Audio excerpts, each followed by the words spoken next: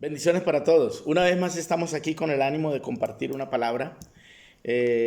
Siguiendo con la perspectiva que les comenté en el video anterior, les mostré esta imagen pequeña, una imagen muy pequeña que la hice así de afán, porque sentí de parte de Dios que debería explicar que antes de la cruz y después de la cruz, o antes de Cristo y después de Cristo, hay una eternidad pasada y hay una eternidad hacia el futuro, pero existe el tiempo presente que es en el que estamos viviendo. Para el tiempo presente, obviamente estamos después de la cruz. Hasta el tiempo de la cruz y hasta el tiempo en que Cristo murió en la cruz del Calvario, sabemos que Él vivió bajo la ley, pero que esa dispensación de la ley terminó allí y dio paso a otra dispensación llamada la dispensación de la gracia. Es en la que estamos hoy. Y allí también se parte la historia en dos, antes de Cristo y después de Cristo. Antes de Cristo existía lo que la Biblia describe como el antiguo pacto.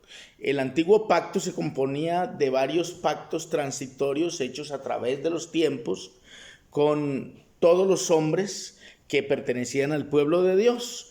Entonces empezamos con el pacto con Adán, ¿sí? El pacto con Abraham, el pacto con Noé, el pacto con David, con el pueblo de Israel, etcétera, hasta llegar al pacto en el que estamos actualmente. Hablando desde esa perspectiva de antes de la cruz y después de la cruz, sabemos que la cruz aparece en el momento en que Cristo va a ser sacrificado por nosotros. Ahí en esa cruz se cumple todo lo que estaba anunciado por los profetas hasta ese momento. Entre esas cosas estaba profetizado el hecho de que Él iba a dar la vida por nosotros y por eso se presentó como el Cordero de Dios que quita el pecado del mundo. Cumpliendo ese objetivo, Él da su vida por todos nosotros los pecadores y la Biblia dice en Gálatas 3:13 que Cristo nos redimió de la maldición de la ley, hecho Él por nosotros maldición, porque escrito está, maldito por Dios el colgado. O sea que Él en la cruz está llevando la maldición que era para nosotros, que nos era contraria por todas las maldiciones que había para nosotros por no cumplir la ley. Porque el no cumplir la ley, el fallar en alguno de los mandamientos, lo hacía culpable de toda la ley. De modo que como nadie pudo cumplir la ley, Cristo mismo vino, Él se ofreció y vino a este mundo y por supuesto Él sí la cumplió. ¿Por qué la cumplió? Porque tenía que ser cumplida la ley, porque la ley fue hecha para eso, para que el ser humano la cumpliera. Pero hubo un problema con respecto a nosotros los seres humanos, que el ser humano fue incapaz, y no porque la ley fuera mala, no señores, la ley es buena, pero el ser humano es pecador vendido al pecado, y por esa razón necesitábamos un Salvador. Si hubiéramos podido cumplir la ley, no hubiéramos necesitado un Salvador, porque hubiéramos cumplido la ley y nos salvaríamos solo cumpliendo la ley, pero como nadie la cumplió, el Señor se las arregló para venir a salvarnos primero de la maldición de la ley y segundo de la maldición del pecado. Y porque la paga del pecado es muerte, pero la dádiva de Dios es vida eterna en Cristo Jesús, Señor nuestro. Entonces Cristo viene al mundo a ofrecernos la oportunidad de comenzar una nueva vida y nos ofrece una nueva vida. Por ejemplo, a Nicodemo, que va a visitarlo de noche, le dice: es necesario nacer de nuevo. Él no entiende esto y dice: ¿cómo puede un hombre nacer siendo viejo? ¿Puede acaso entrar por segunda vez en el vientre de su madre y nacer nuevamente? Jesús le dijo: el que no naciere de agua y de espíritu no puede entrar en el reino de Dios. Entonces allí Él le está enseñando a Nicodemo que para entrar al reino de Dios hay que nacer de nuevo. Y se refiere a nacer de la palabra. Nacer de la palabra de Dios que vive y permanece para siempre. Cuando Él viene, ¿qué hace? Lo primero que hace es recuperar. Viene a recuperar el reino. Por eso sus palabras al empezar a predicar, después que Juan fue encarcelado, lo dice San Marcos capítulo 1 verso 14 y 15, dice: después que Juan fue encarcelado, Jesús vino a Galilea predicando el evangelio del reino. ¿Quién era Juan? Juan era el precursor, el que venía anunciando la venida del Mesías. Eso estaba escrito en Isaías 43, donde dice: he aquí envío mi mensajero delante de tu faz, el cual preparará camino a Jehová. Y entonces cuando él se aparece, lo dice en Marcos 1:3, palabras del escritor de Marcos, dice: este es de quien decía el profeta, envío mi mensajero delante de tu faz, el cual preparará camino al Señor. Así que la misión de Juan era prepararle el camino al rey que venía a visitar el planeta. Y una vez que ya él cumple su función, pues ahora está encarcelado, y estando en la cárcel, él envía a uno de sus discípulos a preguntarle a Jesús: ¿eres tú el que había de venir o esperamos a otro? Jesús le da una señal a él que estaba profetizada a través del profeta, que cuando viniera el Mesías iba a dar vista a los ciegos, iba a levantar a los cojos, iba a dar... a restaurar a los quebrantados de corazón. Estaba profetizado. Así que las palabras que dice Jesús cuando los dos discípulos de Juan le preguntan: ¿eres tú el que había de venir o esperamos a otro? Eso lo manda a decir Juan desde la cárcel. Le dijo: vaya y dígale a Juan que los ciegos ven, los cojos andan, los enfermos son sanados, y a los pobres les es anunciado el evangelio del reino de Dios. Amigo querido, por eso la Biblia dice que él a lo suyo vino. Lo suyo, ¿qué era lo suyo? Recuperar el reino perdido en Adán, el reino y la autoridad perdida en la primera familia que había en el planeta, que es sometida a la voluntad del enemigo a través de obedecerle las palabras que ellos le dijeron. Renuncian a la autoridad que les había sido dada desde el comienzo para gobernar en el mundo, en el planeta, y el diablo toma eso. ¿Cómo sé que lo tomó? Porque cuando él se enfrenta a Jesús, una de las cosas que hace el enemigo es mostrarle a Jesús todos los reinos del mundo sobre la faz de la tierra, y le dice: mira, si todo esto te daré. Le muestra todos los reinos. Si postrado me adoras. Porque el diablo está entregando algo que no es de él. En ese momento él se lo había quitado, era Adán desde el comienzo, y él toma la autoridad de todo. Pero cuando Cristo viene, él viene a quitarle todo eso, a recuperar todo eso, para volvérselo a entregar a las criaturas creadas por Dios, llamados hombres y mujeres, y recupera. A lo suyo vino, y los suyos, que son los judíos, no lo recibieron, lo despreciaron. Entonces, como al ser despreciado, ya estaba profetizado por el profeta que él los iba a provocar a celo con un pueblo que no es pueblo, y ese pueblo que no es pueblo es el pueblo gentil. Entonces se extiende la misericordia a los gentiles, primero a través del apóstol Pedro, que está orando en una terraza cuando el Señor le baja un lienzo lleno de reptiles, animales y volátiles y de todo, y le dice: Pedro, mata y come. Y él dice: no, porque ninguna cosa inmunda ha entrado en mi vida. Y le tocó bajarle el lienzo por 3 veces, y Pedro siempre respondía: no, porque no, ninguna cosa inmunda ha entrado en mi cuerpo. Así que el Señor ve que promete hacer lo que el Señor le manda, pero no entiende que lo que le están mostrando realmente no son animales, sino que le están mostrando a los gentiles. ¿Por qué se lo muestra de esa manera? Porque para los judíos los gentiles eran inmundos, era como un animal. Ellos no los tenían como personas importantes, sino que los desechaban. Así que el Señor le dice a él: no llames inmundo lo que yo he santificado. Y en ese momento ya llegan los 2 hombres enviados por Cornelio, que en Hechos Dios nos muestra su experiencia con Dios, donde un ángel se le presenta a cierta hora del día y le dice: Cornelio, tus oraciones y tus limosnas han llegado delante de Dios, pero te falta una cosa: haz venir a Pedro. Él posa en la casa de Simón el curtidor, que tiene su casa junto al mar. Envía por él y él te dirá lo que debes hacer. Él envía a 2 de sus discípulos, y cuando en ese momento ya Pedro ha visto el lienzo ese lleno de animales y le ha dicho al Señor que él no va a comer de eso porque es inmundo, no se va a contaminar. Un hombre tan rebelde que es capaz de decirle a Dios: no, ¿quién se atreve a hacer eso? Pero Pedro lo hizo.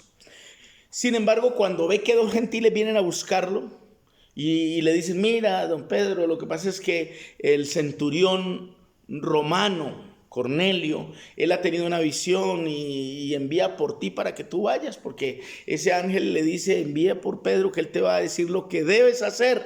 Entonces él entendió, ahí entendió que Dios le había dicho, no llames inmundo lo que yo he santificado, era porque iba a entrar a la casa de un gentil. Entonces él se alista, va allí con ellos, llega a la casa de Cornelio y dijo, bueno, lo primero que dice es, bueno, ustedes saben cuán abominable es para un judío entrar en la casa de un gentil. Llega tratando mal a esa gente. Sin embargo, les dice, pero a mí Dios me ha mostrado que no llame inmundo lo que él ha santificado, así que díganme, ¿para qué me hicieron venir?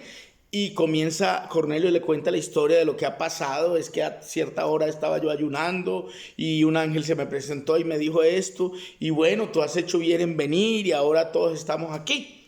Él entendió que era que tenía que darle el mensaje a Cornelio. Comenzó a hablarle del Mesías, a hablarle de la palabra, a hablarle del evangelio del reino.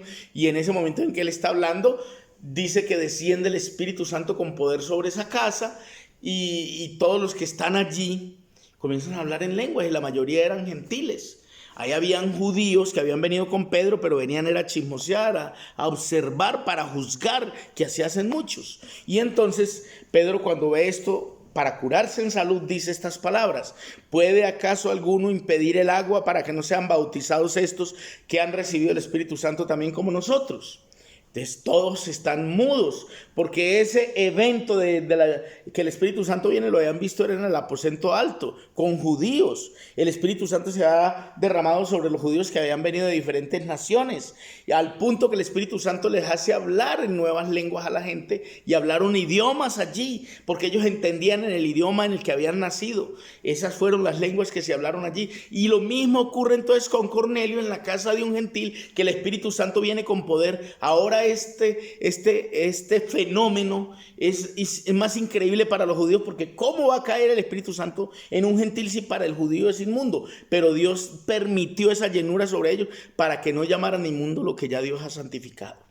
Y preciso, entonces dice que cuando todos se quedaron callados ante las palabras de Pedro, ¿puede acaso alguno impedir el agua para que no sean bautizados estos que han recibido el Espíritu Santo como nosotros? Entonces dice que mandó bautizarlos en el nombre de Jesús. Usted lo puede leer allí en Hechos capítulo 10, ahí está esa situación. Entonces muestra uno, más bien muestra dos de parte de Dios de cómo se manifiesta el Espíritu Santo ahora ya sobre los gentiles.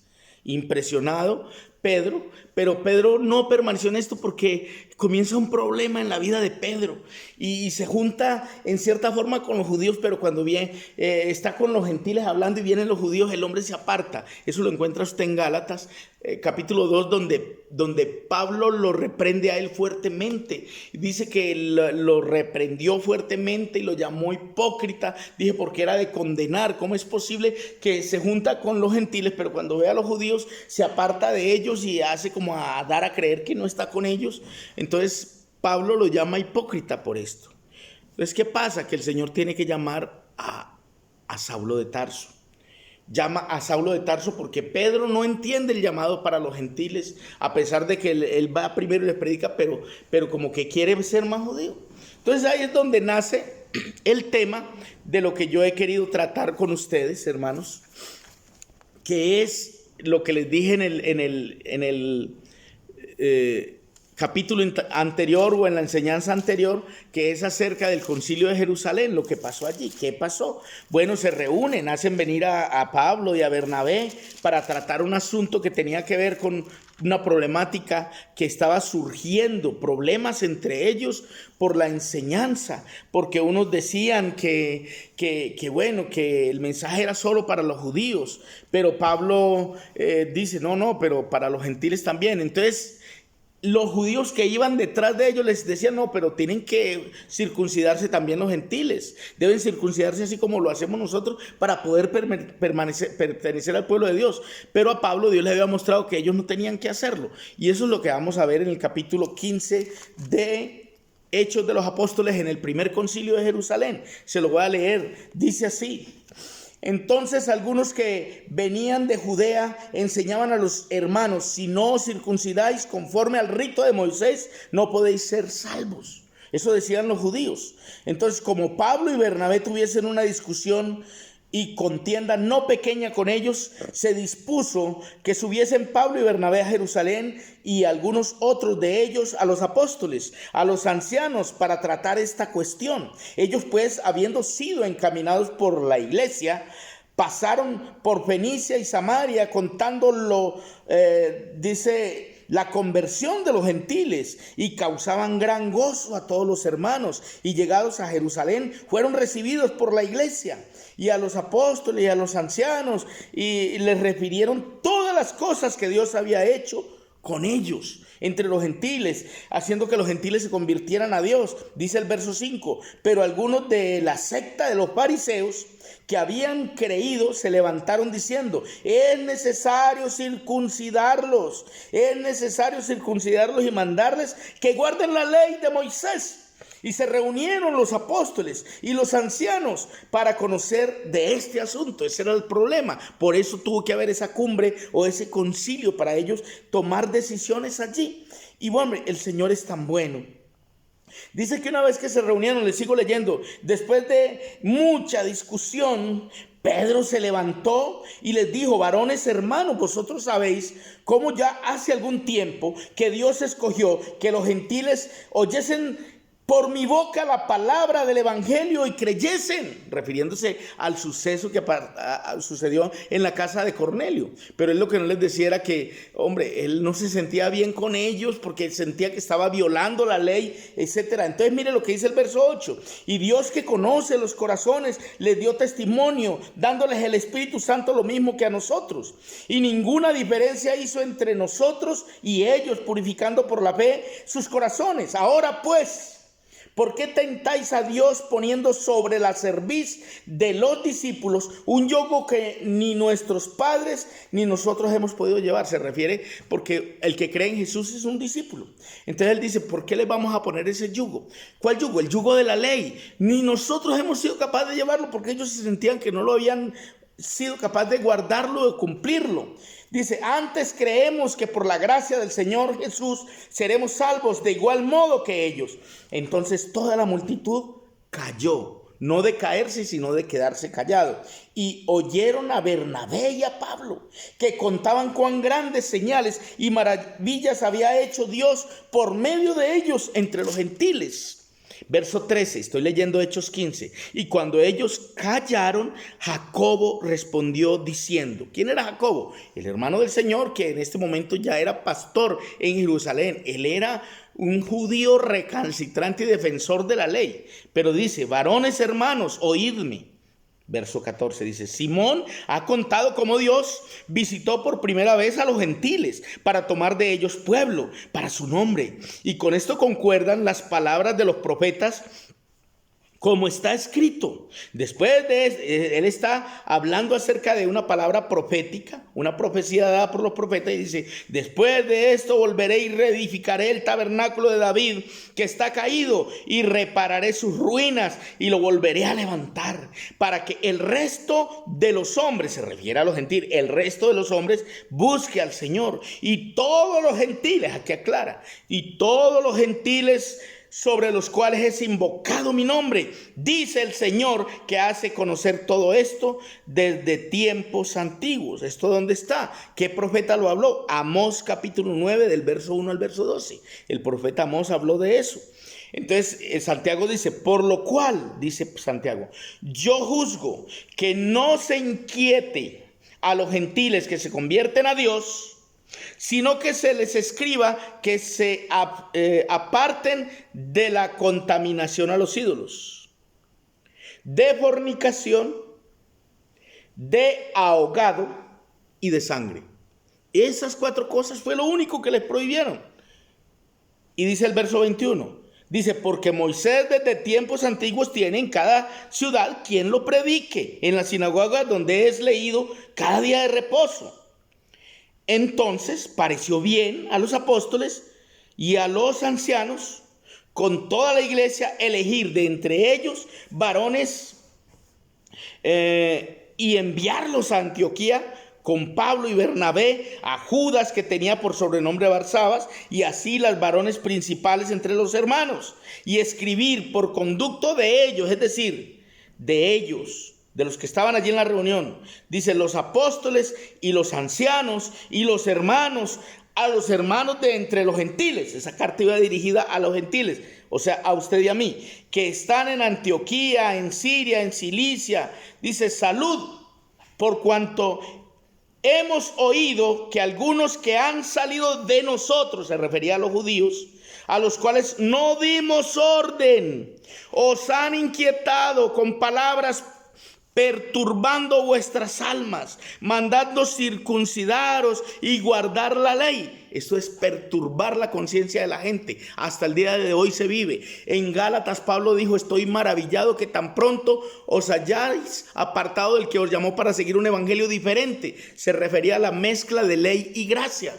Dice: no es que haya otro evangelio, sino que hay algunos que os perturban y quieren pervertir el evangelio de Cristo.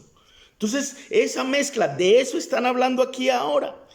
Está diciendo Santiago: hemos oído que algunos que han salido de nosotros, a los cuales no dimos orden, os han inquietado con palabras perturbando vuestras almas, mandando circuncidaros y guardar la ley. Y mire lo que dice el verso 25. Nos ha parecido bien, el verso 25, Hechos 15:25.